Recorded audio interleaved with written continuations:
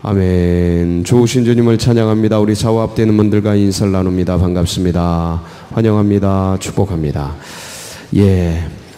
간밤에 어떻게 잠 좀 주무셨습니까? 무진장 더운 가마솥 같은 날씨인데 우리 하나님께서 여러분의 건강과 안전을 보호해 주시길 축원합니다.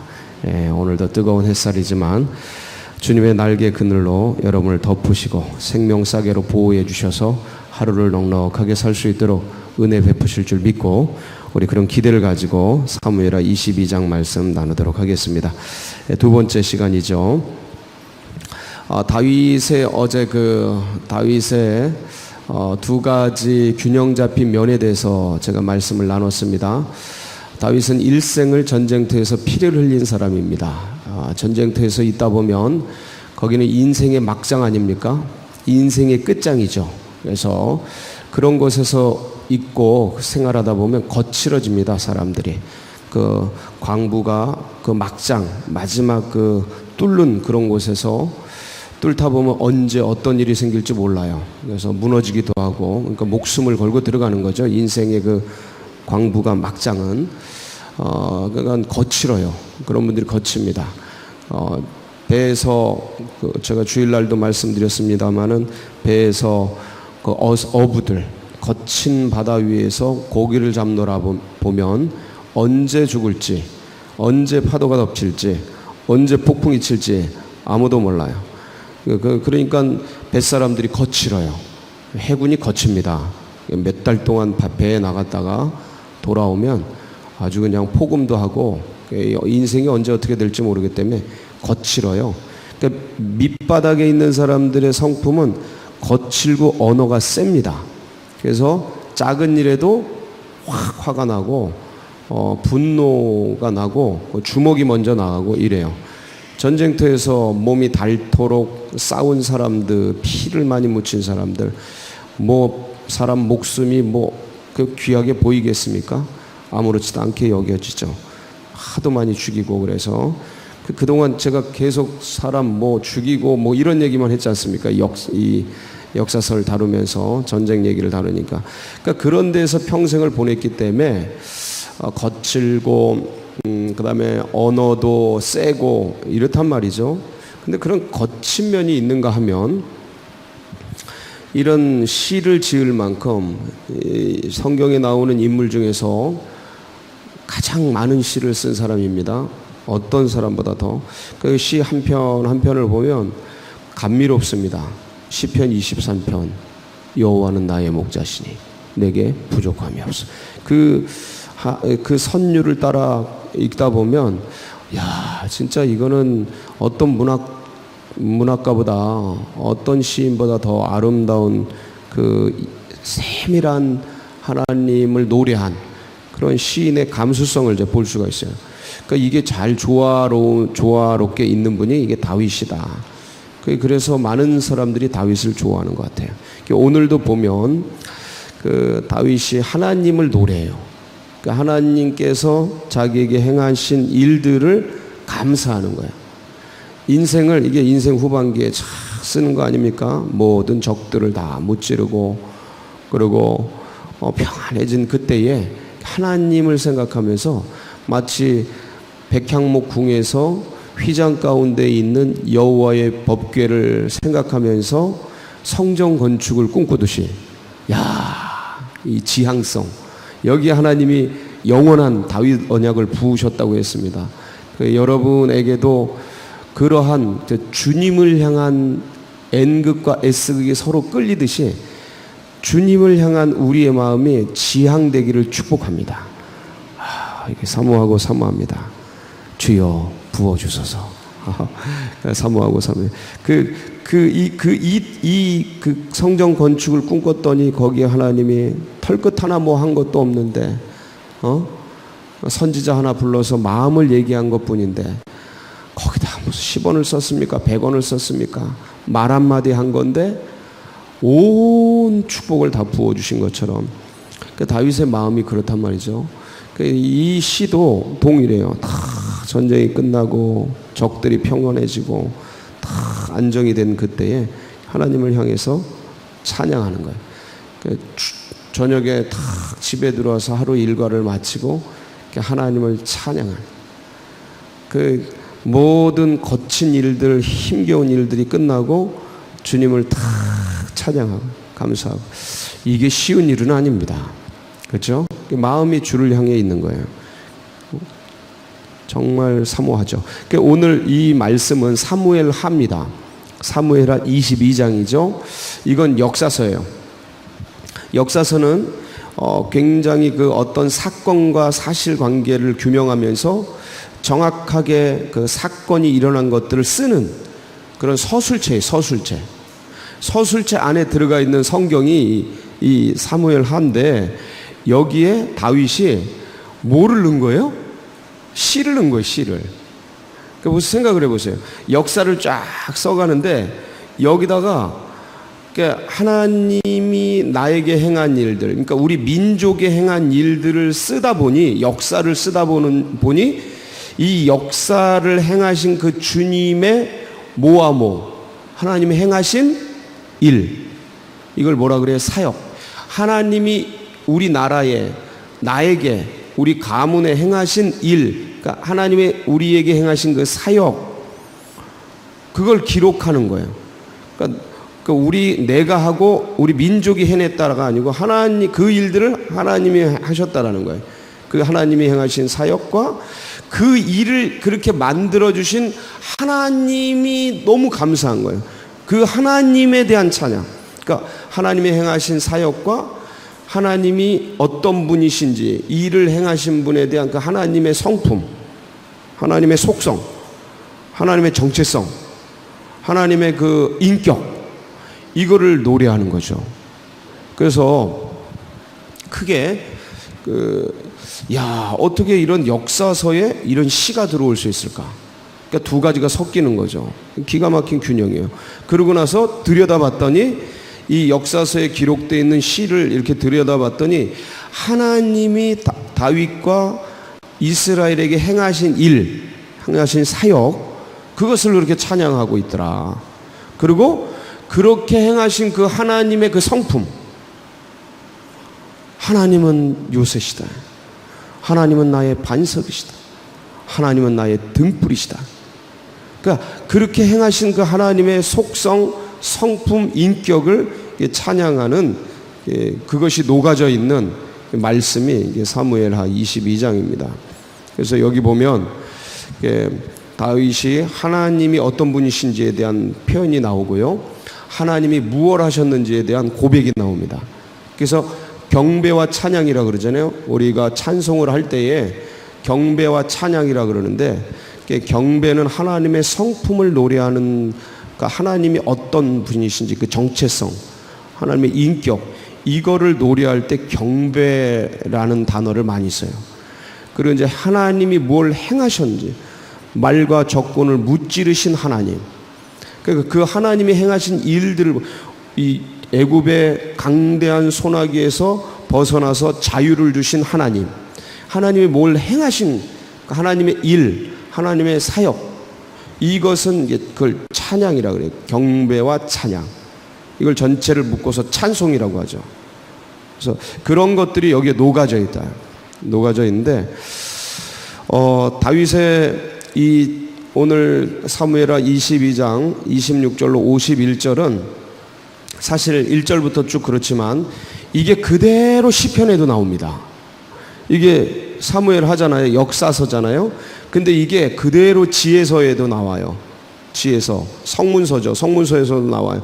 시편 18편에 이 말씀이 그대로 나와요. 우리가 읽었던 26절, 자비한 자에게는 주의 자비하심을 나타내시며 완전한 자에게는 주의 완전하심을 보이시며 깨끗한 자에게는 주의 깨끗하심, 사악한 자에게 주의 거스리, 주께서 공고한 백성 구원하시. 이게 그대로 시편 18편 25절 27절에 나와요. 물론 그 뒤에도 다 나와요. 한번 볼까요?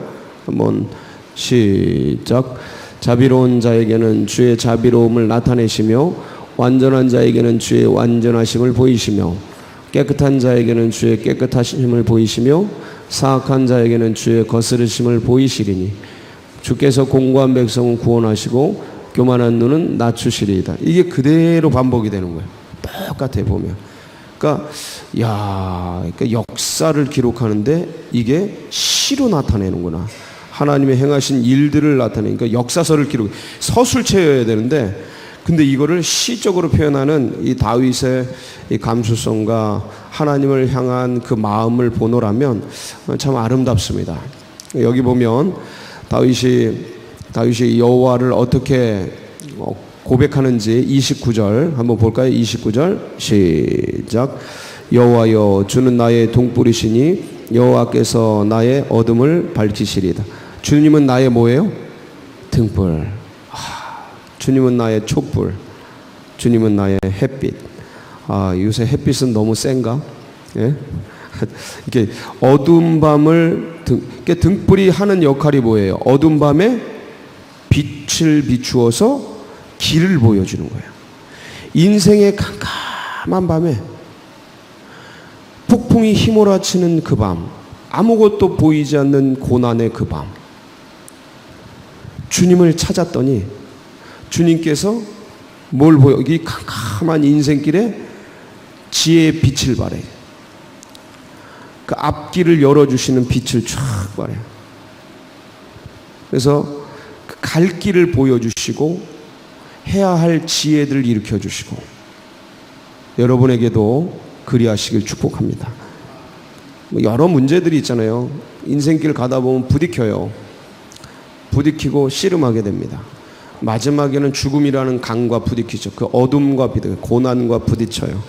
이 길을 피하는 자는 없어요. 그 사이에 생로병사의 이 길들을 인간이 걷게 되죠. 이거를 거치지 않는 사람들이 없어요.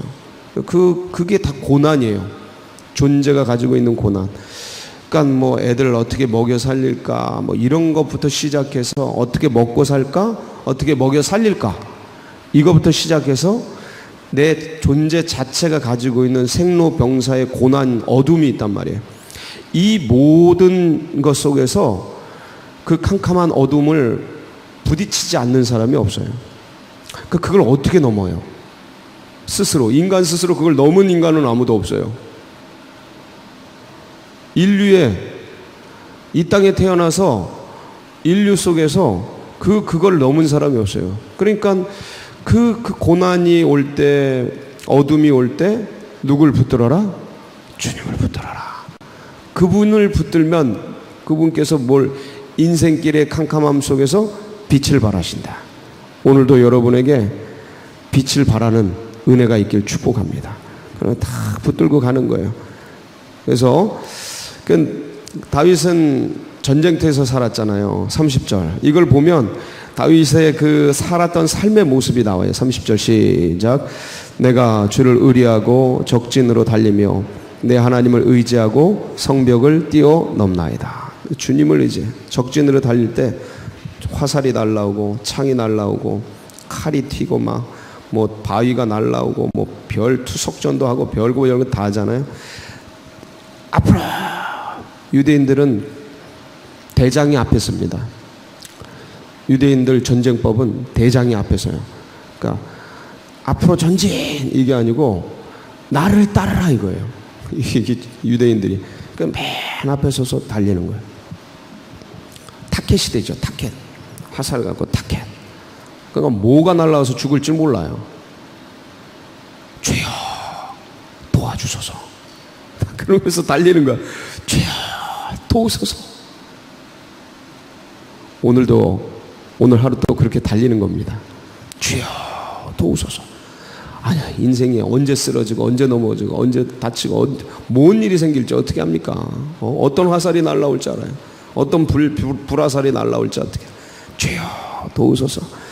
어느 때는 우울해지게 하는 그런 화살도 날라오고, 어떨 땐 교만해지게 하는 화살도 날라오고, 하여간 유혹의 화살, 별의별 화살들이 다 날라. 주여.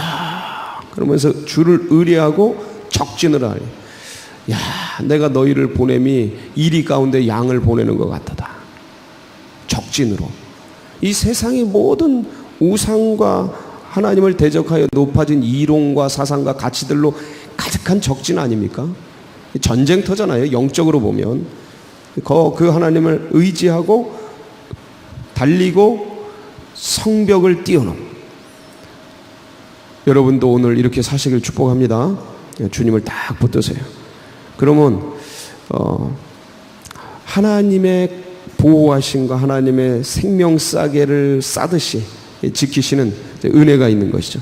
그러면서 이 시편 하나하나를 묵상하노라면 다윗이 하나님께 대한 사랑과 고백이 얼마나 깊은지 그 전쟁터의 그 속에서도 주님을 붙들고, 그리고 거기서 이제 이겨 나와서 하나님이 어떤 분이신지 견고한 바위고 반석이고 요새시고 또 반복을 합니다.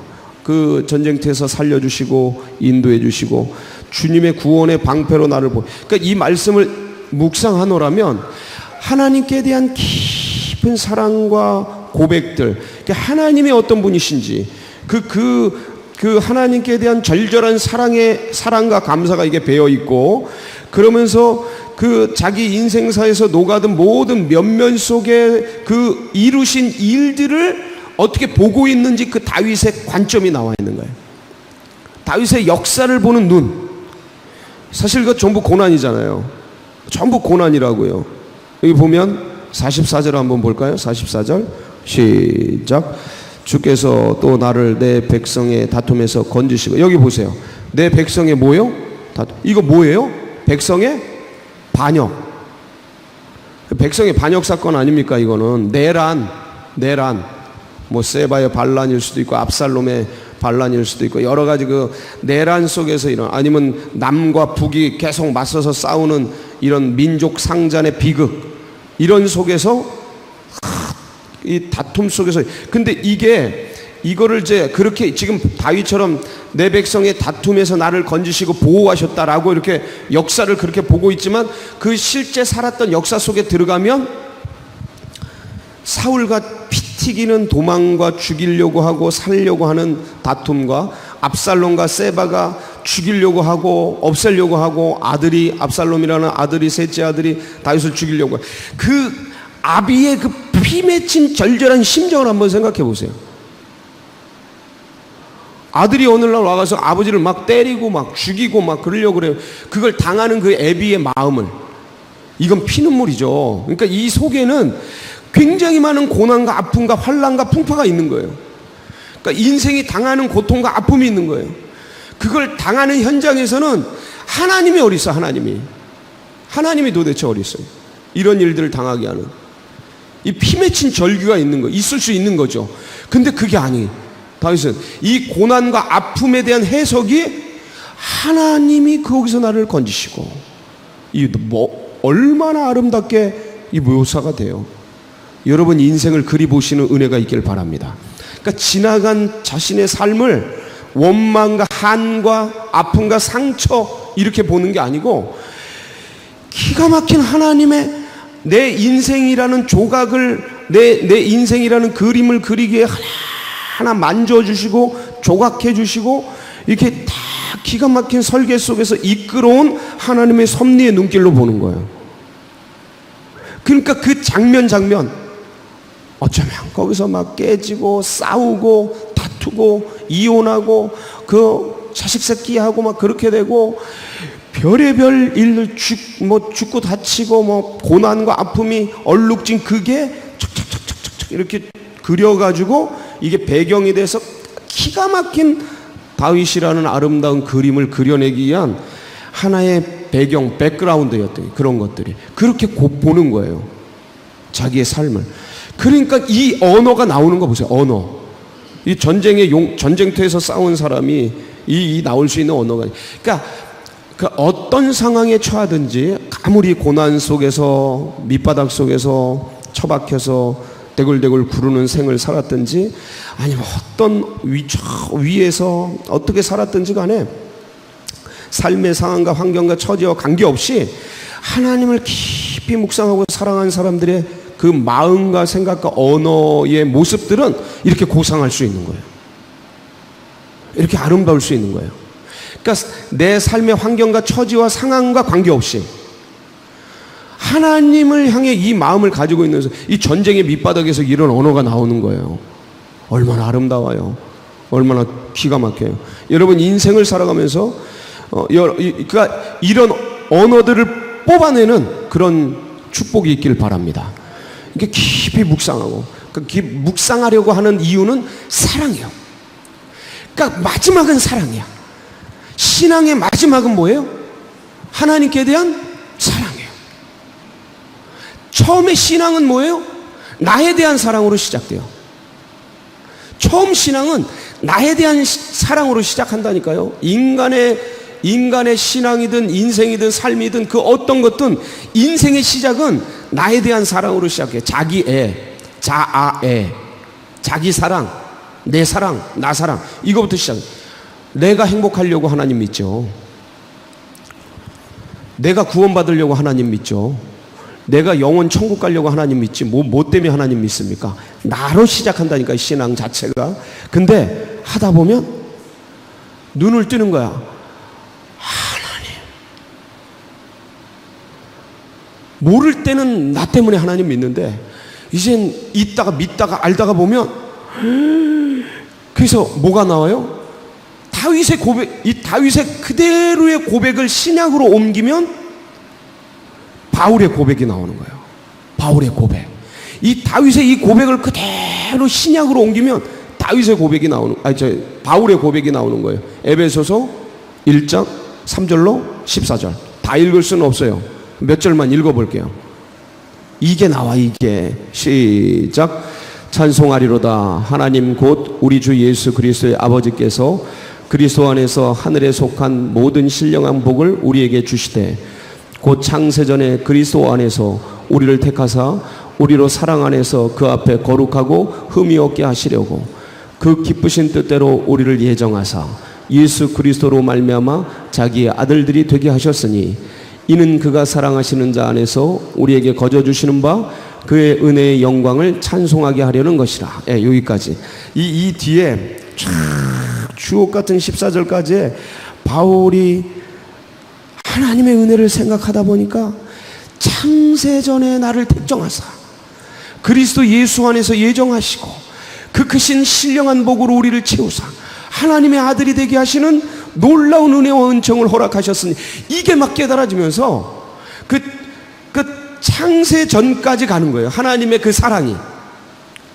그러니까 나를 택정하시고 나를 구원해 주시고 내가 하나님 택하고 내가 믿고 내가 구원받기 위해서 인간이 이렇게 시작하셨는데, 이렇게 시작하는데 신앙을, 나중에는 그게 하나님께서 태초에 창세전에 나를 택정하사, 완전히 시각이 완전히 달라지는 거야. 여러분, 이 시각 하나 바뀌는 게 중생에서 성결로 가는, 그 중생한 자가 성결케 되는 엄청난 시각이에요. 이게 어마어마한 시각이에요. 구원은 내가 받죠, 하나님의 은혜로. 근데 내가 받는 거예요. 내가 믿고 근데 이게 이 시각이, 관점이 바뀌는 거예요. 하나님께서 창세전에 나를 택정하사, 이 하나님의 아름다운, 하나님은 반석이시다, 하나님이 이런 일을 행하셨다. 관점이 똑같죠. 여러분, 이 관점과 이 노래와 이 찬양과 고백이 오늘 하루를 살면서 우리의 입술 속에서, 우리의 심령 속에서, 우리의 영혼 속에서 계속 노래되고 계속 읊어지고 계속 고백되길 주의 이름으로 축복합니다. 같이 기도하시겠습니다.